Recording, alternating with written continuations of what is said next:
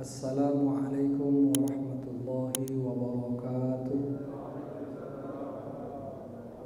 Innal hamdalillah nahmaduhu wa nasta'inuhu wa nastaghfiruh wa na'udzu billahi min shururi anfusina wa min sayyiati a'malina. Man yahdihillahu fala mudilla lahu wa man yudlil fala hadiya lahu. Asyhadu an la ilaha illallah wahdahu la syarika lah wa asyhadu anna Muhammadan abduhu wa rasuluh la nabiyya ba'dah. Allahumma fassalli wa sallim wa barik ala hadzal nabiyil karim wa ala alihi wa ashabihi ajma'in, amma ba'd. Hadirin Bapak Ibu jamaah Maghrib Masjid Muhajirin yang dimuliakan Allah Subhanahu wa ta'ala. Tema saya tentang tasawuf. Mungkin temanya sama dengan Ustadz Syukri malam Kamis kemarin. Tapi saya memperhatikan bahwa metode yang beliau sampaikan tentu berbeda. Materi juga berbeda. Materi beliau itu lebih kepada materi yang kekinian lah, saya sebut begitu ya. Tasawuf yang ingin saya jelaskan ini adalah tasawuf daras, tasawuf buku, tapi juga sekaligus tasawuf pengalaman. Satu sisi barangkali tasawuf yang ingin kita jelaskan ini sedikit agak menguras pikiran lah. Pelan-pelan mungkin bisa dan lebih mudah dicerna nanti satu saat. Dan targetnya itu adalah sesuatu yang muncul tidak di luar tapi di dalam. Apa yang muncul nanti masing-masing bisa beda. Karena itu memang materi yang kita sampaikan tentang tasawuf ini adalah materi yang merujuk kepada beberapa buku yang alhamdulillah sudah kita terbitkan. Buku itu menjadi panduan untuk mata kuliah akhlak tasawuf di kampus. Kebetulan saya mengajar mata kuliah itu dan mahasiswa menggunakan buku itu sebagai buku wajib. Adakah materinya di situ? Ada, insya Allah ada. Tapi saya tidak ingin mengambil materi itu dari awal sampai akhir berurutan begitu. Ini kan sesuai dengan kondisi kita saja. Karena itu salah satu materi yang ada dalam buku itu nanti saya cuplik materinya tentang mengenal diri. Apa sebetulnya mengenal diri itu? Bagaimana cara mengenal diri? Untuk apa mengenal diri? Diri yang mana mau dikenali? Apa manfaatnya kalau orang sudah mengenal diri? Kalau ada diri yang kecil, apakah itu kita? Apakah bisa disebut bahwa ada diri yang besar? Atau bahkan diri yang maha besar? Sekian pertanyaan itu nanti bisa muncul kalau kita belajar mengenal diri. Rumit enggak itu? Ya tergantung lah, tergantung. Bisa rumit, bisa enggak. Tapi saya memulainya dulu dengan sesuatu yang biasa dalam keseharian kita. Orang kalau sudah kenal dirinya, nanti dia akan tahu diri. Orang yang tahu dirinya, maka dia akan bisa memposisikan dirinya. Orang yang bisa memposisikan dirinya, maka dia akan punya harga diri. Orang yang sudah mempunyai harga diri, maka sesungguhnya dialah diri yang mulia itu. Di mana posisi kita? Nah, kita pelan-pelan fahami. Kita mulai dari ayat yang mungkin kita sudah hafal semuanya. Az-Zariyat ayat 56. Bismillahirrahmanirrahim.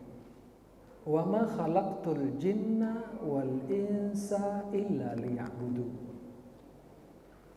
Dan tidak aku jadikan, tidak aku ciptakan jin dan manusia illa kecuali liya'budun, supaya mereka menyembahku. Itu kata terjemah yang kita baca. Kalau ada Quran terjemah, mungkin kira-kira maknanya seperti itu. Liya'budun itu bisa maknanya supaya mereka mengabdi kepadaku. Sama nggak menyembah dengan mengabdi? Mungkin sama, mungkin beda. Oleh karena ada yang mengatakan beda, maka istilah abdi negara, PNS itu kan abdi negara katanya. Istilah itu diprotes oleh mereka yang mengatakan, oh tidak boleh ada istilah abdi untuk selain Tuhan. Mengabdi itu hanya untuk Allah saja. Selain Allah tidak boleh ada istilah mengabdi. Apakah begitu? Bagi mereka yang menyamakan istilah itu. Apakah harus diterima? Boleh diterima, boleh tidak. Tapi saya ingin katakan bahwa terjemahnya ada yang menerjemahkan seperti itu. Tidak aku ciptakan jin dan manusia kecuali agar mereka menyembahku, mengabdi kepadaku. Tapi Bapak dan Ibu, ketika kita nanti melihat penafsiran dari Ibnu Abbas misalnya. Siapa Ibnu Abbas? Sahabat Rasul yang juga faham tentang tafsir.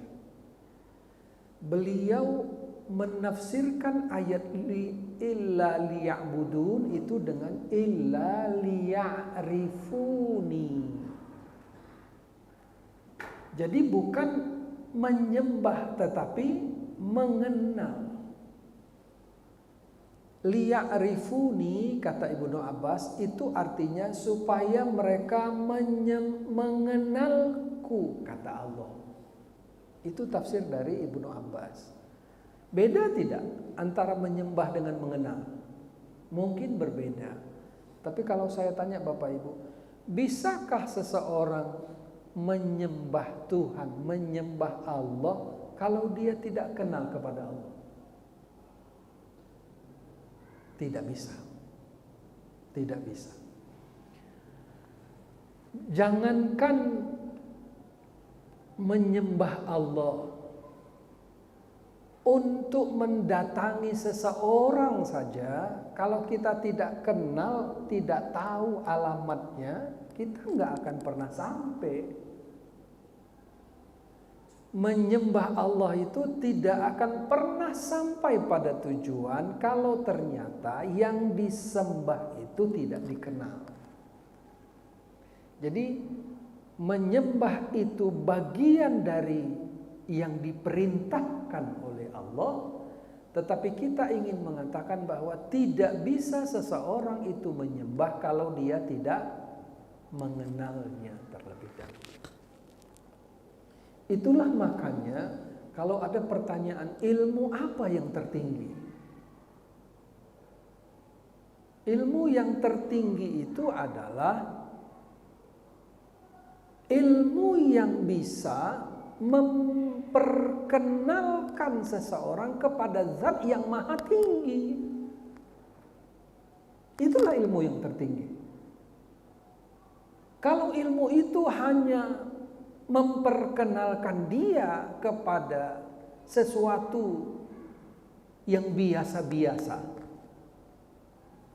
Sesuatu yang biasa-biasa itu kita sebut makhluk. Makhluk itu apa? Makhluk itu adalah ma siwallah. Sesuatu yang selain Allah itu disebut makhluk namanya. Kalau mengenal makhluk itu masih biasa. Masih biasa.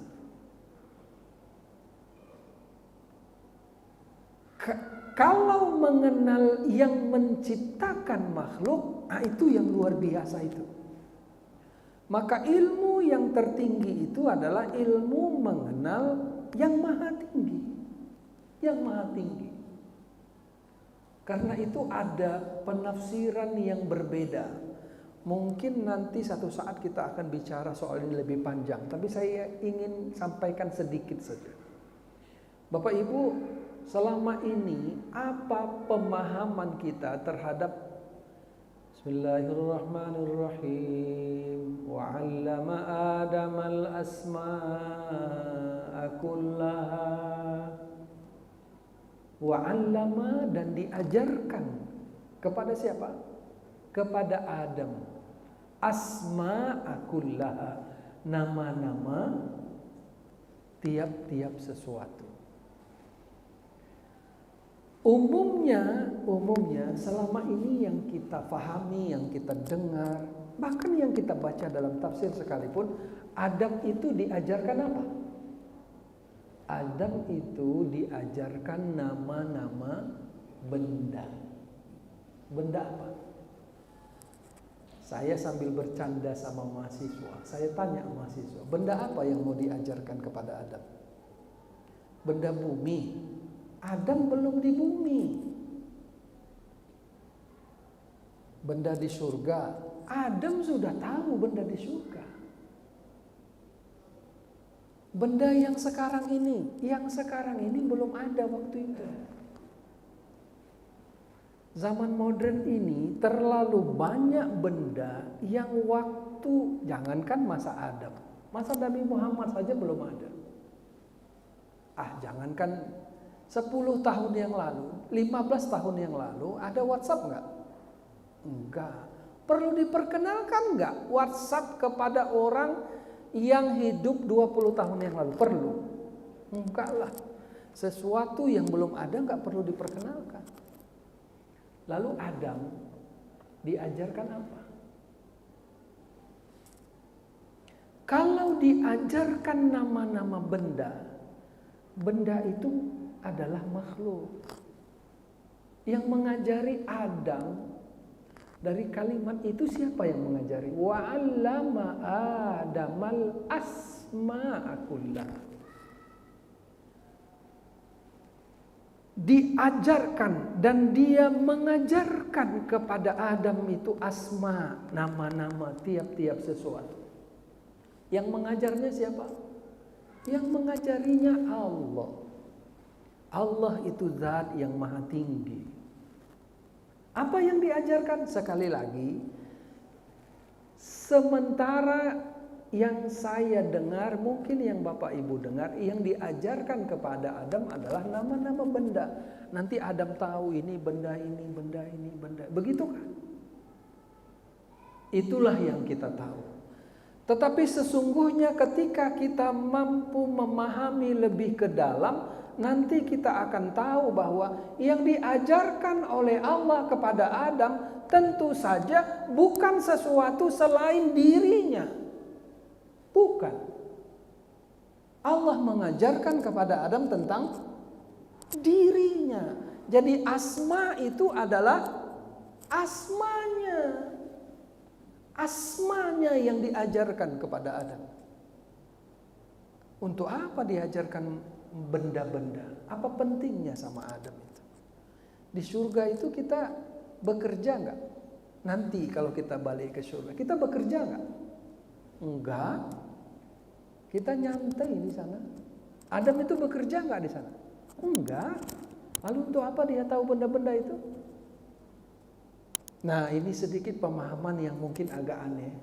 Tapi saya ingin sampaikan bahwa ilmu tertinggi itu adalah mengenal zat yang maha tinggi. Kalau Allah yang mengajarkan, maka tidak mungkin Allah mengajarkan sesuatu yang rendah. Yang maha tinggi pasti mengajarkan ilmu yang tinggi. Itu logikanya. Itu logikanya. Ya tapi tafsir mengatakan tidak begitu. Ya nggak apa-apa, berbeda tafsir kan boleh-boleh saja. Saya ajak Bapak Ibu nanti berpikir berbeda. Salah tidak berpikir berbeda. Nanti mungkin kajian kita akan menuju ke sana. Karena banyak nanti apa yang saya sampaikan itu mengajak Bapak Ibu berpikir berbeda. Boleh enggak? Ya, kita pahami pelan-pelan ya, kita pahami pelan-pelan. Karena Allah adalah zat yang maha tinggi, maka mengenal Allah itu adalah sesuatu yang tinggi. Ilmu tertinggi itu mengenal Allah. Dalam kajian kita mengenal Allah itu dipelajari di mana? Itulah yang kita sebut dengan ilmu tauhid. Ilmu tauhid. Kita hari ini belajar tauhid apa tasawuf? Kita tasawuf. Loh, apakah dalam tasawuf itu mengenalkan kita kepada Allah? Ya. Bukan hanya ya. Ada perbedaan antara ilmu tauhid dengan ilmu tasawuf. Bedanya di mana? Kalau ilmu tauhid itu mengenal Allah dengan nas, dengan dalil naqli. Memahami nas itu dengan akal, dengan dalil naqli. Misalnya, Allah itu ada, wujud. Kita ada nggak? Ada. Adanya kita dengan adanya Allah sama tidak? Kalau sama, apa bedanya kita sama Allah? Kalau berbeda, bedanya di mana? Ini kajian sebetulnya dibicarakan dalam ilmu tauhid yang dalam literatur kita kadang-kadang disebut dengan ilmu kalam namanya. Nanti pakai logika, ya pakai logika. Itu makanya orang yang kadang-kadang menolak logika justru salah. Sebab agama ini tidak bisa dipahami tanpa logika.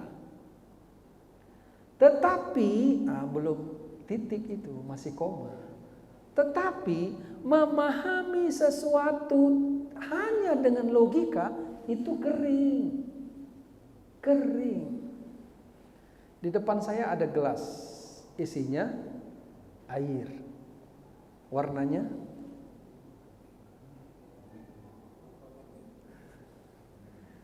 tanpa warna. Bening itu warna bukan? Bening itu bukan warna. Tanpa warna. Kita boleh berbeda, nggak apa-apa. Ini tanpa warna. Kalau saya menjelaskan air kepada Bapak Ibu 12 jam, tapi Bapak Ibu tidak boleh sentuh airnya, kira-kira enak tidak? Allah menciptakan makhluknya dari air. Bismillahirrahmanirrahim.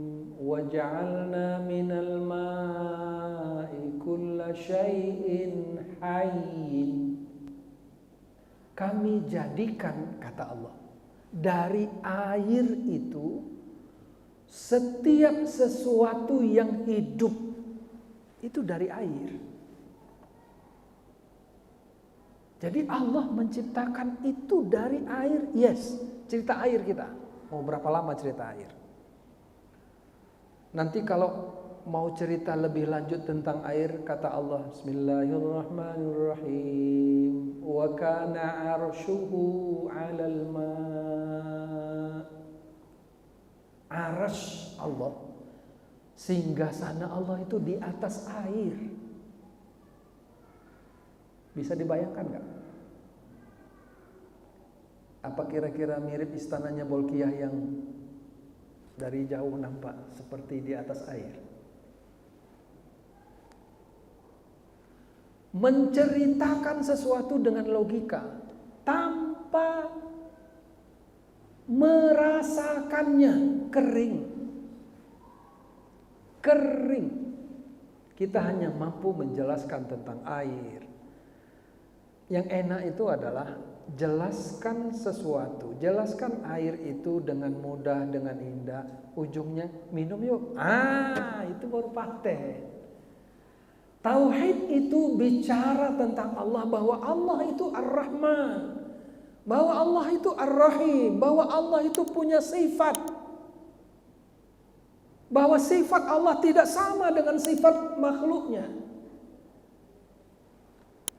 Tapi pertanyaannya, bagaimana merasakan sifat-sifat Allah itu? Enggak ada bicara itu dalam tauhid. Itu nanti bicaranya dalam tasawuf. Maka orang yang belajar tauhid tidak lengkap kecuali kalau dia sudah ikut belajar tentang tasawuf. Kita sholat, nikmatnya sholat itu di mana? Di gerakannya. Bukan. Dibacaannya. Bukan. Nikmatnya salat itu di mana? Nikmatnya salat itu di khusyuknya. Khusyuk itu rasa. Maka orang yang tidak menggunakan rasa, dia tidak mampu memahami secara mendalam terhadap sesuatu. Sesuatu itu hakikatnya boleh jadi adalah rasa, boleh jadi. Kita ini hidup kan pakai rasa. Tasawuf itu nanti bicara rasa. Rasa dalam diri kita itu di mana? Nanti pelan-pelan kita kaji itu, pelan-pelan, satu-satu. Materi malam ini mengenal diri, tapi kita ingin memulai dengan mengenal Allah terlebih dahulu. Maka menurut Ibnu Abbas, tidak aku ciptakan jin dan manusia, itu beliau memahaminya seperti itu, kecuali agar mereka mengenalku. Mengenal siapa? Mengenal Allah. Apakah kita sudah mengenal Allah? Jawabannya bisa sudah, bisa belum. Tapi dalam tasawuf ada cara pintas untuk mengenal Allah. Apa itu? Ada satu kalimat, ada giung, ada ungkapan, ada pernyataan dalam tasawuf itu begini. Man arafa nafsahu faqad arafa rabbahu. Siapa yang mengenal dirinya, maka dia mengenal Tuhannya. Ilmu tertinggi itu adalah ilmu mengenal Allah. Tapi jalan untuk menuju mendekatkan mengenal Allah adalah mengenal diri. Kalau orang beribadah kepada Allah, tidak kenal Allah, diterima tidak ibadahnya? Tidak. Tak sampai ibadahnya. Kenapa? Dia tidak kenal kepada Allah. Lalu bagaimana cara mengenal Allah? Kata tasawuf, mengenal Allah dengan mengenal diri. Seandainya ada orang yang tidak kenal dirinya, ibadahnya diterima enggak? Tidak. Kenapa? Dia tidak kenal diri. Siapapun yang tidak kenal diri, maka dia tidak kenal kepada Allah. Siapapun yang tidak kenal Allah, maka tertolak ibadahnya. Sejauh itu, ya, sejauh itulah pemahamannya. Karena itu inti dari persoalan panjang-panjang yang manapun, kenali diri. Kenalilah diri. Oke, kita belajar kenal diri. Pertanyaannya, diri yang mana? Ya diri kita lah. Kita tuh yang mana? Yang mana ya? Saya tanya pada Bapak Ibu. Kita ini, apakah makhluk dunia yang akan pulang ke surga? Atau Kita ini makhluk surga, mampir ke dunia dan nanti akan pulang ke surga. Yang pertama apa yang kedua? Yang kedua. Kita mampir.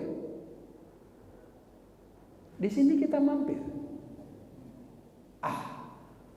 Kalau kita mampir ngapain serius sekali di sini? Kita serius apa enggak di dunia? Berarti bukan mampir. Menetap namanya. Kita katakan bahwa kita yang ambil yang kedua, tapi kenyataannya sesungguhnya kita pilih yang ayo, di mana salahnya itu? Salahnya di mana? Oke, sekarang kita ambillah, kita pilih yang kedua. Berarti ini hanya persinggahan kah? Yes, ini persinggahan. Kita akan pulang kemana?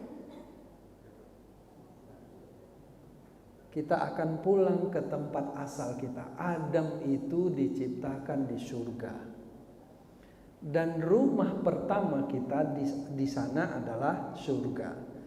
Adam itu bukan dijatuhkan. Adam itu memang dititipkan ke dunia.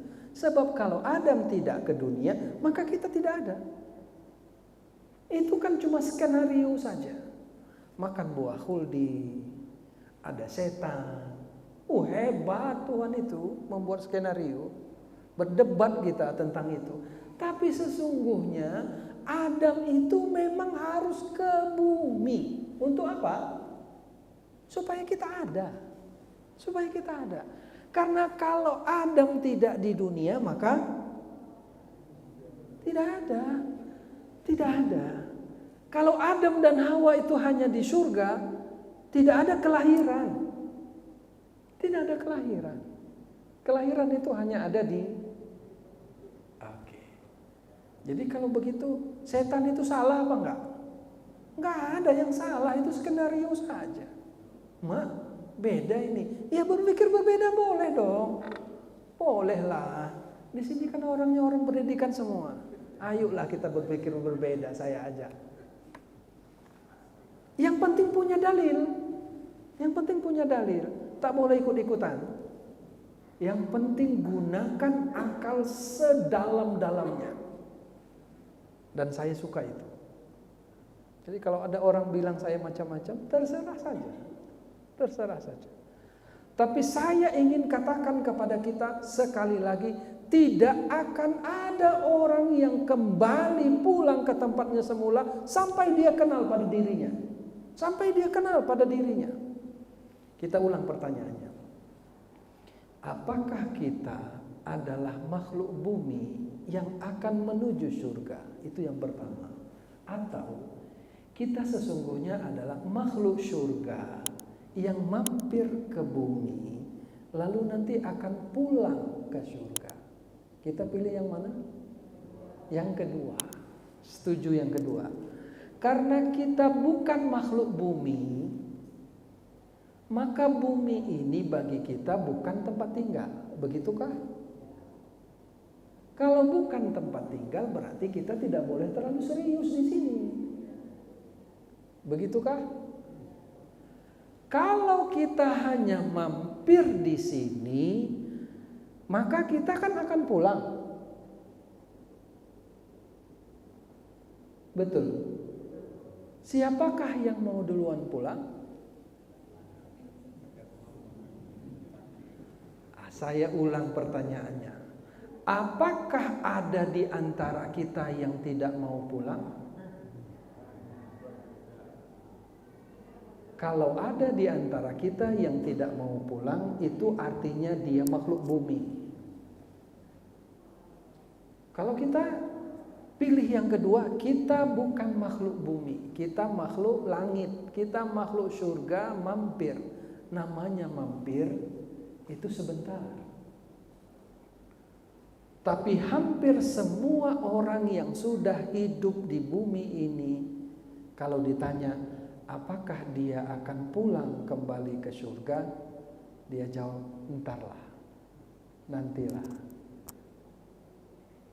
Nanti kan pulang juga kalau waktunya.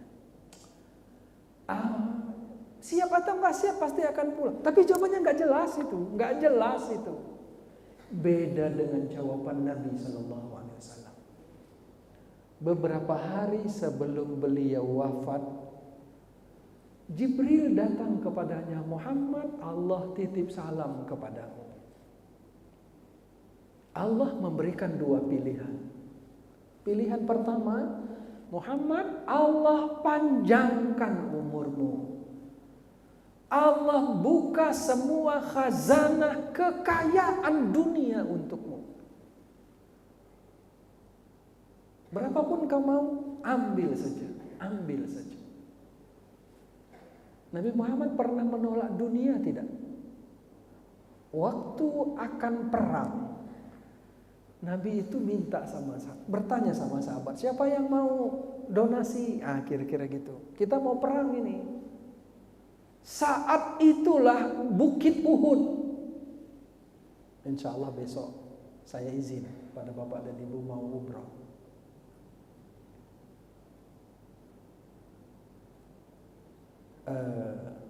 Beberapa hari, kemungkinan ini minggu Sabtu kedua, Sabtu keempat jadwal saya juga di sini. Saya izin tidak bisa hadir. Kemungkinan saya masih di sana. Kalau ada yang lain yang bisa mengisi, ya mohon. Saya tidak bisa mencari juga karena saya sedang berada di sana. Jadi saya izin minggu keempat, Sabtu saya tidak bisa hadir. Saya lanjutkan cerita tadi. Ketika Nabi memerlukan uang, modal untuk perang, itu Uhud itu, Jabal Uhud yang di Madinah itu menawarkan diri kepada Rasul Sallallahu Alaihi Wasallam. Apa kata beliau? Kata Jabal Uhud, ya Rasulullah, kalau engkau ingin ambil, aku rubah diriku jadi emas. Ambil sesukamu, ambil. Kalau kita ditawarin gimana Pak? Tapi saya mau mengatakan begini. Saya mau mengatakan, siapapun yang sudah sampai pada puncak mengenal diri, dia bisa bicara dengan apapun dan siapapun. Tapi ini teori ya. Saya belum mengalaminya soalnya. Saya nggak berani bilang terlalu jauh. Tapi Rasulullah membuktikan itu. Dia menolak dunia. Dan ketika Jibril memberikan tawaran ini dari Allah sesungguhnya. Pilihan pertama Muhammad, kata Jibril, Allah panjangkan umurmu, Allah buka kekayaan dunia untukmu. Karena Rasulullah itu bukan penduduk bumi. Maka beliau langsung menolak. Begitu tawaran kedua, pilihan kedua, opsi kedua kata Jibril, Muhammad, Allah memanggilmu pulang. Maka Rasulullah Sallallahu Alaihi Wasallam spontan mengatakan, Jibril, aku pilih yang kedua. Aku rindu pulang kepada Allah. Kalimatnya, aku rindu pulang kepada Allah.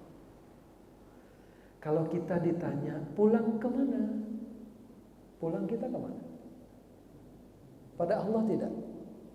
Kepada Allah bukan? Kalau nggak kenal Allah, kemana kita pulang? Hanya yang kenal kepada Allah akan pulang kepada Allah. Inna lillahi wa inna ilaihi raji'un. Sesungguhnya kita datang dari Allah. Kita milih Allah. Dan kita wa inna ilaihi kepadanya raji'un pulang. Kita akan pulang loh kepadanya. Jadi bagaimana mungkin ada orang yang pulang tapi dia nggak tahu jalan pulang? Kemana Pak? Pulanglah. Oh jadi nggak mampir lagi Pak? Enggak lah, aku mau pulang ini. Rumah Pak di mana? Di mana ya? Di mana ya? Kalau ada orang seperti itu, dia sampai nggak di rumahnya? Maka pertemuan pertama saya hadir di sini, pertanyaan saya, Allah itu ada tidak? Ada. Di mana Allah? Loh, kalau kita nggak tahu Allah di mana, gimana kita mau pulang kepada Allah? Maka kajian ini pengantar saja Bapak Ibu, pengantar saja. Kajiannya kapan-kapan nanti. Saya mau mengantarkan bahwa mengenal diri itu akan membuat orang tahu diri. Tahu menempatkan posisi diri, baik di hadapan makhluk manusia, apalagi di hadapan Allah. Kalau dia tidak kenal pada dirinya, dia tidak tahu posisi dirinya. Kalau orang sudah kenal pada dirinya, dia tahu dirinya, dia naik ke tingkat berikutnya, dia sadar. Kemarin ada diskusi di grup UIN. Katanya semua makhluk hidup itu sesungguhnya berpikir. Semua. Kalimat al-insan hayawanun natik itu dalam ilmu mantik. Manusia itu adalah makhluk, bukan hewan artinya. Hayawan di situ bukan hewan, makhluk. Makhluk yang berpikir. Benar nggak? Salah. Jadi manusia bukan berpikir, bukan itu. Karena ternyata semua makhluk di alam semesta ini yang hidup itu semua berpikir. Bukan hanya manusia, bukan. Kata Syekh Al-Akbar Ibnul Arabi, satu-satunya yang membedakan antara manusia dengan makhluk lainnya adalah citra ilahi yang ada di dalam dirinya. Surah kalau dalam bahasa Arabnya. Gambaran. Surah, citra, gambaran. Gimana maksudnya? Nanti kita jelaskan. Saya mau gambarkan saja bahwa satu-satunya perbedaan manusia dengan makhluk lainnya adalah ada citra Tuhan dalam dirinya. Maksudnya gimana? Tak usah kita jelaskan dulu. Saya bilang sama mahasiswa begini. Kalian kuliah di sini itu membawa ayah atau mama kalian enggak? Bingung mereka jawab. Karena mana ada orang kuliah bawa ayahnya, ya kan? Mana ada orang kuliah bawa mamanya? Tapi saya katakan kepada mereka, kalian kemari itu bawa ayah dan ibu kalian. Kalian sadar atau enggak, ayah dan ibu kalian itu ada dalam diri kalian. Makin bingung orang itu. Lalu saya jelaskan secara biologi. Kromosom ayah dan kromosom ibu masing-masing ada berapa? 23. Ada nggak dalam diri kita? Ada. Andaikan tidak ada kromosom ayah, mati nggak kita?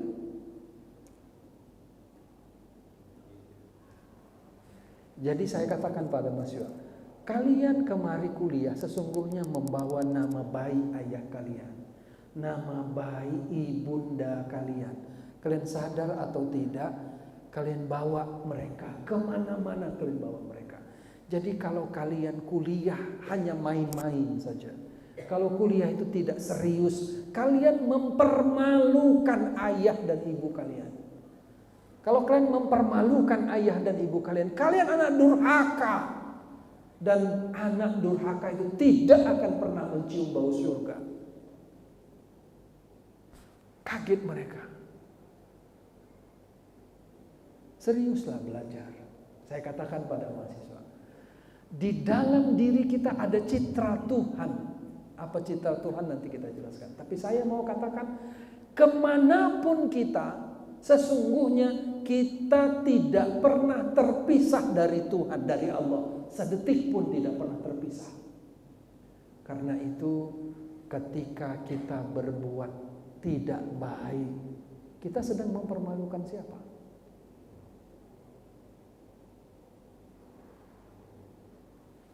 Kalau kita sedang mempermalukan Tuhan, adakah maksiat yang lebih dahsyat dari itu? Sudah mau masuk Isya ini. 42. Ini pengantarnya Bapak Ibu. Tapi saya ingin mengulang sedikit lagi supaya sampai pada pemahaman bahwa mengenal diri itu berarti upaya kita untuk mengenal Allah. Mengenal Allah itu pentingnya, gunanya adalah agar semua ibadah kita diterima oleh Allah. Diterima oleh Allah. Sebab tidak akan diterima ibadah kecuali kalau kita mengenal Allah. Mudah-mudahan kita sampai pada tujuan. Meskipun nanti bertahap. Kita kenal pada diri, yes. Masuk pengantarnya, masuk pada tahu diri. Kenal diri, tahu diri, sadar diri, sehingga bisa memposisikan diri. Diri kita yang sesungguhnya adalah diri yang tidak pernah terlepas dari Sang Maha Diri. Wah, itu istilah apa lagi tuh? Nah, itulah pokoknya istilah, satu-satu kita keluarkan istilah. Sampai nanti man arafa nafsahu faqad arafa rabbahu. Siapa yang mengenal dirinya maka sungguh dia mengenal Tuhannya. Pengantar ini kita sampaikan agar tahu di mana persoalan sesungguhnya.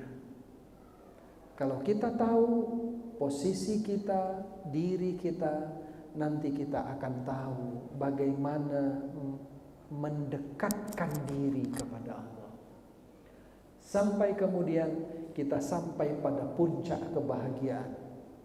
Puncak kebahagiaan itu adalah mendekat dengan sedekat-dekatnya kepada sumber kebahagiaan. Dan sumber kebahagiaan itu adalah Allah Subhanahu wa Ta'ala. Kalau ada pertanyaan, Bapak Ibu silakan.